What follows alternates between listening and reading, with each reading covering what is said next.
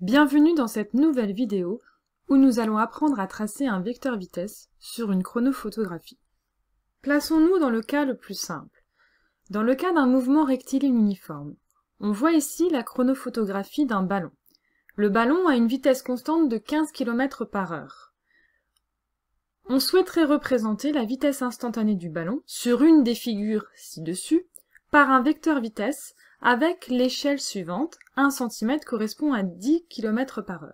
Je rappelle juste qu'un vecteur vitesse, c'est un segment fléché, dont la longueur va être proportionnelle à la valeur de la vitesse. Donc la première étape, ça va être de savoir de quelle longueur on va tracer notre vecteur vitesse ici, sachant que la valeur de la vitesse du ballon, elle est de 15 km/h.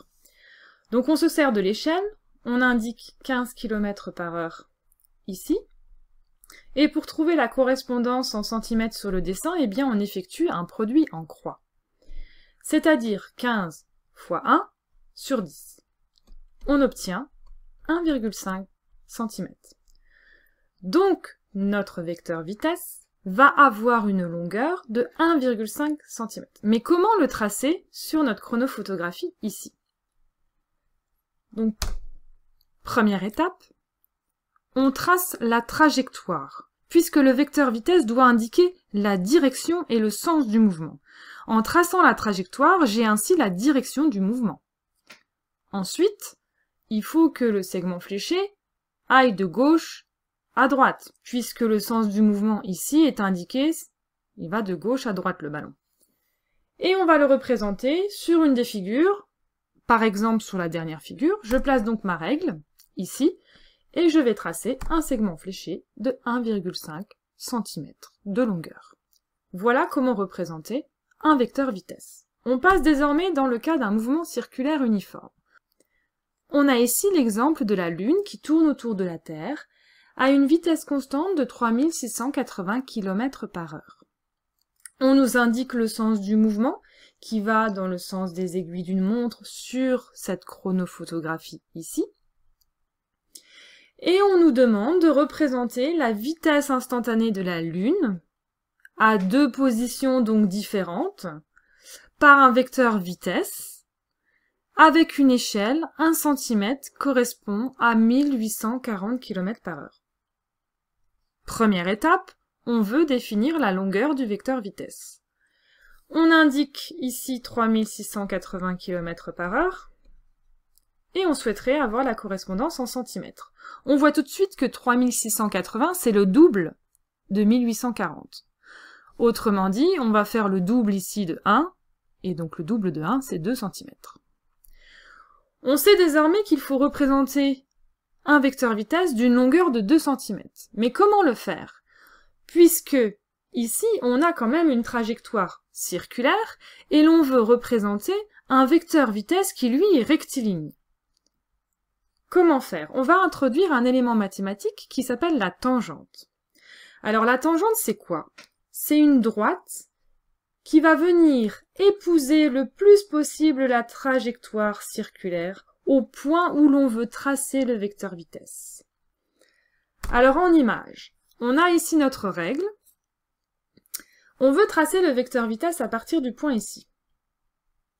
On prend la règle et on trace la tangente. La tangente, c'est la droite qui est tracée ici en pointillé et qui va épouser le plus possible la trajectoire, qui va la coller au point où on veut tracer le vecteur vitesse.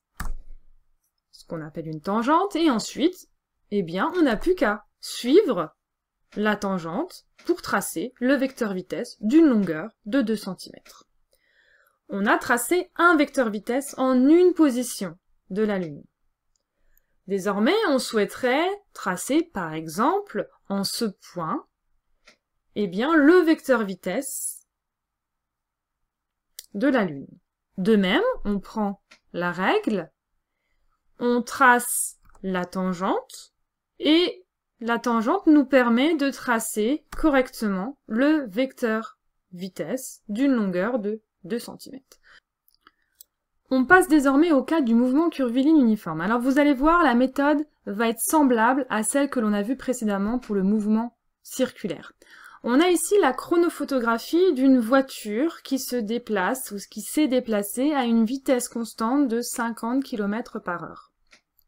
On souhaiterait représenter la vitesse instantanée de la voiture au point A et au point B, qui se trouve ici, avec une échelle qu'on nous donne, 1 cm, qui correspond à 25 km/h. Alors très facile, première étape, on veut déterminer la longueur du vecteur vitesse à tracer au point A et au point B. On voit tout de suite que 50 c'est le double de 25, donc comme précédemment, on va tracer un vecteur vitesse de 2 cm.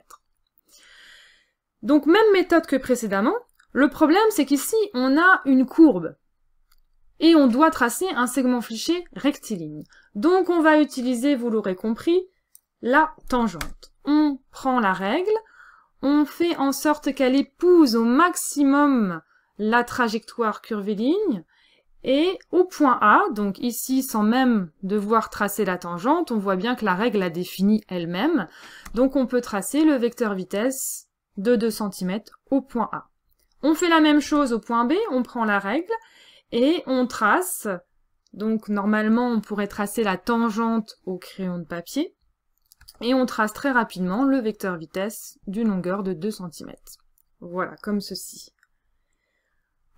Donc, 2 remarques essentielles. Dans le cas d'un mouvement rectiligne uniforme, on a vu qu'à chaque position de l'objet, exemple du ballon, le vecteur vitesse garde même direction, même sens et même valeur.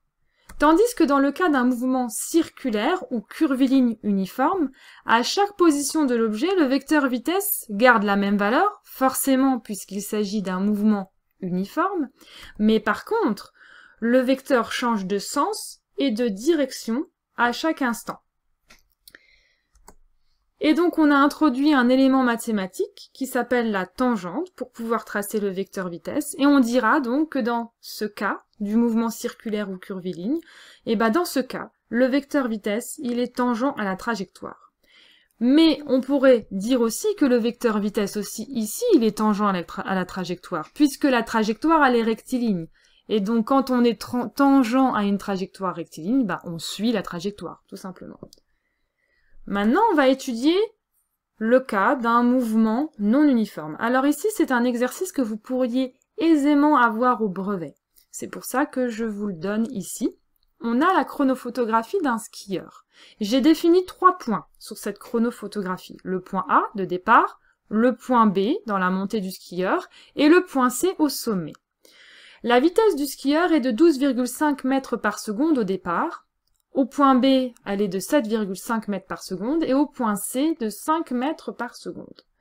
On a ici une échelle qui nous est donnée, 1 cm qui correspond à 5 mètres par seconde, et on nous demande de représenter la vitesse instantanée du skieur au point A, B et C, en utilisant l'échelle. Première étape, on détermine la longueur du vecteur vitesse dans chaque cas. Très facile, on a ici 12,5 mètres par seconde, on utilise l'échelle, on fait 12,5 divisé par 5 et on obtient 2,5 cm. Pour ce qui est donc de 7,5 mètres par seconde, on divise par 5 et on trouve 1,5 cm. Et ici, très facilement, 5 mètres par seconde correspond à 1 cm sur le dessin. Alors de même, on a une trajectoire curviligne, donc on va donc utiliser la méthode de la tangente. On prend la règle va nous définir la tangente, elle va épouser correctement la trajectoire au point A, et on trace ici, pour le point A, un vecteur d'une longueur de 2,5 cm. Comme ceci. Au point B, on prend la règle, on fait en sorte qu'elle définisse la tangente à la trajectoire, et on trace le vecteur vitesse qui a son origine au point B d'une longueur de 1,5 cm. Et au point C, au sommet de la parabole, la tangente aura toujours cette allure-là, c'est-à-dire que la tangente est horizontale. Vous verrez ça en mathématiques plus tard, au lycée certainement. Et donc le vecteur vitesse, ici, il mesure 1 cm. Voilà pour ce qui est du mouvement non uniforme. Donc en résumé, le vecteur vitesse a 4 caractéristiques essentielles, une origine, le point où est mesurée la vitesse, une direction qui sera toujours tangente à la trajectoire, un sens, une valeur ou une norme en mètres par seconde ou en kilomètres par heure, et surtout, la longueur du vecteur vitesse est toujours proportionnelle à la valeur de la vitesse. Pour finir cette vidéo, je vous ai mis en fait une chronophotographie d'un ballon de basket où les vecteurs vitesse sont déjà tracés. Et pour clôturer ce chapitre sur les mouvements, eh bien, on peut voir directement la première phase du ballon, ici. Donc on décompose le mouvement du ballon en deux phases. La première, quand le ballon est lancé, il arrive jusqu'au sommet, et on voit que ce mouvement, il est curviligne ralenti. On le voit directement d'après la longueur des vecteurs vitesse qui diminue. Ensuite, dans la deuxième phase, on voit que c'est un mouvement curviligne accéléré puisque la longueur des vecteurs vitesse augmente au fur et à mesure des positions prises par le ballon. Voilà d'où l'intérêt de tracer des vecteurs vitesse puisqu'à l'œil nu, on peut rapidement déterminer la nature d'un mouvement. Voilà pour cette vidéo qui arrive à sa fin. Je vous retrouve bientôt en classe pour d'autres applications sur le traçage du vecteur vitesse. À bientôt!